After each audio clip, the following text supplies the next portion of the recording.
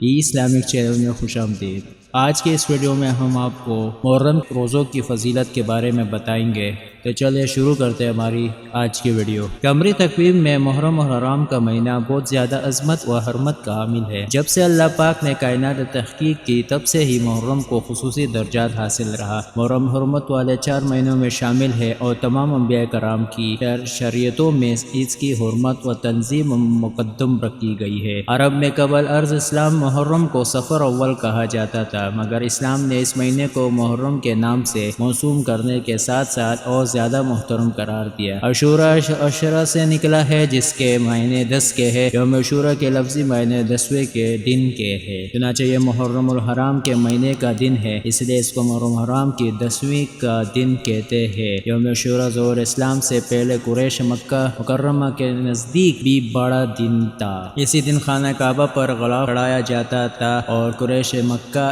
اس دن روزہ رکھتے تھے، اور یہودی بھی ایک حدیث میں آتا ہے کہ ابن عباس رضی اللہ تعالیٰ عنہ سے روایت ہے کہ رسول کریم صلی اللہ علیہ وآلہ وسلم مدینہ تشریف لائے تو یہودیوں کو دیکھا کہ عاشورہ کے دن روزہ رکھتے ہیں۔ آپ نے فرمایا یہ روزہ کیسا ہے؟ ان لوگوں نے کہا کہ بہتر دن ہے، اسی دن اللہ نے بنی اسرائیل کو ان کے دشمنوں سے نجات دی تھی، اس لیے حضرت موسیٰ علیہ السلام نے اس دن روزہ رکھا تھا۔ آپ صلی اللہ علیہ وسلم نے فرمایا ہم تمہارے اعتبار سے زیادہ موسیٰ کے حقدار ہیں، چنانچہ آپ صلی اللہ علیہ وسلم نے اس دن روزہ رکھا اور لوگوں کو بھی اس دن روزے رکھنے کا حکم دیا۔ صحیح بخاری جلد اول حدیث نمبر 1926۔ رسول کریم صلی اللہ علیہ وآلہ وسلم کا دستور تھا کہ آپ مکہ مکرمہ کے لوگوں کے ان کاموں سے اتفاق فرماتے تھے جو ملت ابراہیم کی نسبت سے اچھے کام ہوتے تھے۔ اسی بنا پر آپ حج کے تقریبات میں شرکت فرماتے تھے اور اسی اصول کے بنا پر یوم عاشورہ کا روزہ رکھتے تھے۔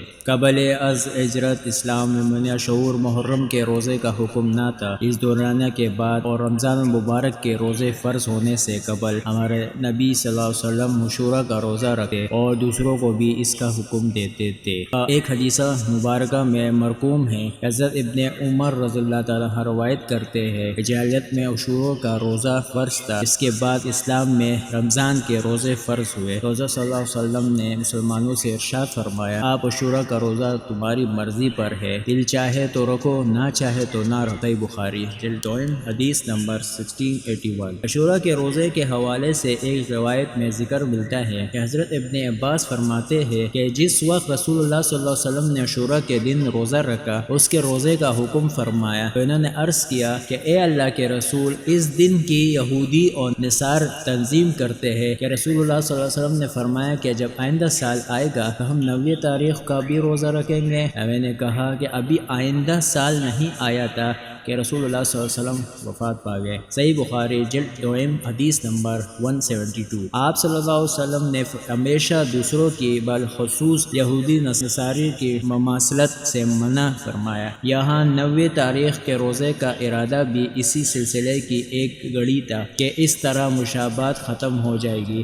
کہ وہ صرف عاشورہ کا روزہ رکھتے ہیں اور ہم 9 تاریخ کا روزہ رکھ کر دور کر لیا کریں گے، اور مشابہت کی وجہ سے نیکی بند نہیں کریں گے بلکہ اس میں اضافہ کر کے فرق کر دیا کریں گے۔ اسلامی لحاظ سے ہمیں بخوبی علم ہے کہ حرمت والے مہینوں میں عبادت کا اجر و ثواب بڑھا دیا جاتا ہے، اسی طرح اس ایام میں بڑائی کا وبال عذاب بھی بڑھ جاتا ہے، یہاں تک کہ محرم کے روزوں کو رمضان کے بعد سب سے زیادہ افضل قرار دیا گیا ہے۔ اس حوالے سے حدیث پاک میں مرقوم ہے کہ حضرت ابو ہریرہ رضی اللہ تعالیٰ عنہ سے روایت ہے کہ آپ صلی اللہ علیہ وسلم سے پوچھا گیا کہ فرض نماز کے بعد کون سی نماز سب سے افضل ہے اور رمضان کے مہینے کے بعد کون سے روزے سب سے افضل ہے؟ آپ صلی اللہ علیہ وسلم نے فرمایا کہ فرض نماز کے بعد سب سے افضل نماز رات کی نماز تہجد ہے، اور رمضان کے مہینے کے روزے کے بعد سب سے افضل روزے اللہ کے مہینے محرم کے روزے ہیں۔ صحیح مسلم جلد 2 حدیث نمبر 262۔ اسی طرح ایک اور حدیث میں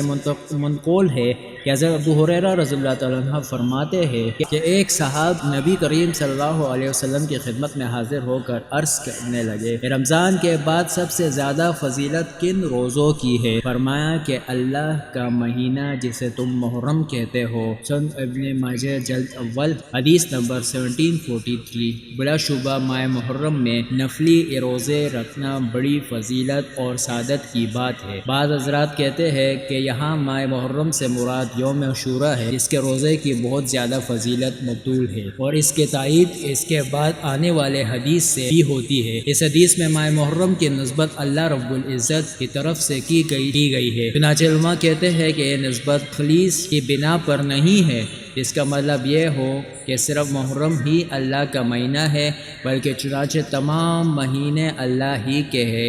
اس لیے اس موقع پر بطور خاص اللہ کی طرف سے محرم کے مہینے کی نسبت اس ماہ مبارک کے شرف و فضیلت کے اظہار کے طور پر ہے۔ حضرت عبداللہ بن عباس رضی اللہ تعالیٰ عنہ سے روایت ہے، فرماتے ہیں کہ جب رسول کریم صلی اللہ علیہ وآلہ وسلم نے عاشوراء کے دن کا روزہ رکھا اور اس روزے کا حکم فرمایا تو صحابہ کرام رضی اللہ تعالیٰ عنہ سے عرض کیا کہ یا رسول اللہ صلی اللہ علیہ وسلم، یہ وہ دن ہے جس کے تنظیم یہودی اور عیسائی کرتے ہیں۔ تو سرکار کائنات نے فرمایا کہ اگر ہم آئندہ سال اس دنیا میں رہے تو 90 محرم الحرام کا روزہ بھی رکھیں گے۔ اس طرح مصابات ختم ہو جائے گی، وہ صرف عاشوراء کا روزہ رکھتے ہیں اور ہم 90 تاریخ کا روزہ رکھ کر دور کر لیا کریں گے، اور مشابہت کی وجہ سے نیکی بد نہیں کریں گے بلکہ اس میں اضافہ کر کے فرق کر دیا کریں گے۔ حضرت حکم بن علاج سے روایت ہے، فرماتے ہیں کہ میں حضرت عبداللہ بن عباس رضی اللہ تعالیٰ عنہ کے پاس اس وقت پہنچا جب وہ زمزم شریف کے قریب اپنی چادر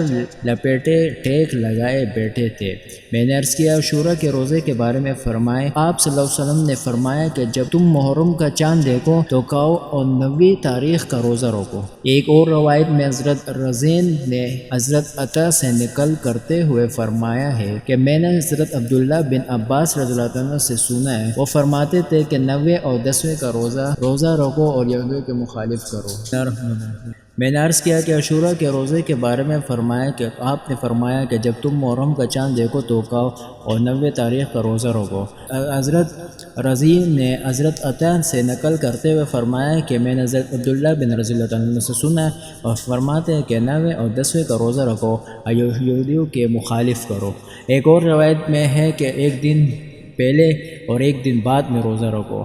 ام المؤمنین حضرت سیدنا جعفر رضی اللہ تعالیٰ عنہ سے روایت ہے، فرماتی ہے کہ 4 عمل ایسے ہیں جن کو رسول اللہ صلی اللہ علیہ وسلم نے کبھی نہیں چھوڑا: یوم عاشوراء کا روزہ، 10 ذی الحج، 9 روزے اور ہر ماہ کے 3 روزے اور فجر سے پہلے 2 رکعت سنتیں۔ نبی کریم صلی اللہ علیہ وسلم کی ایک اور زوجہ مطہرہ رضی اللہ تعالیٰ عنہ سے روایت ہے، فرماتی ہے کہ رسول اللہ صلی اللہ علیہ وسلم ذی الحج کے 9 روزے رکھتے تھے، پہلی تاریخ سے 9ویں تاریخ تک، اور عاشوراء کے روزے یعنی 10ویں محرم کو روزہ رکھتے تھے، اور ہر مہینے میں 3 روزے رکھتے تھے، ایک پیر کو اور 2 جمعراتوں کو۔ امیر المؤمنین حضرت علی رضی اللہ عنہ سے روایت ہے، وہ فرماتے ہیں کہ رسول کریم صلی اللہ علیہ وسلم نے ارشاد فرمایا کہ تم ماہ رمضان مبارک کے بعد روزہ رکھنا چاہتے ہو تو محرم الحرام کے یوم عاشوراء کا روزہ رکھو، کیونکہ یہ اللہ رب العزت کا مہینہ ہے جس میں اللہ کریم نے اس قوم کی توبہ قبول فرمائی اور دوسری کی اللہ تعالیٰ توبہ قبول فرمائے گا۔ اور نبی کریم صلی اللہ علیہ وسلم لوگوں کو رغبت دلائی کہ عاشوراء کے دن توبہ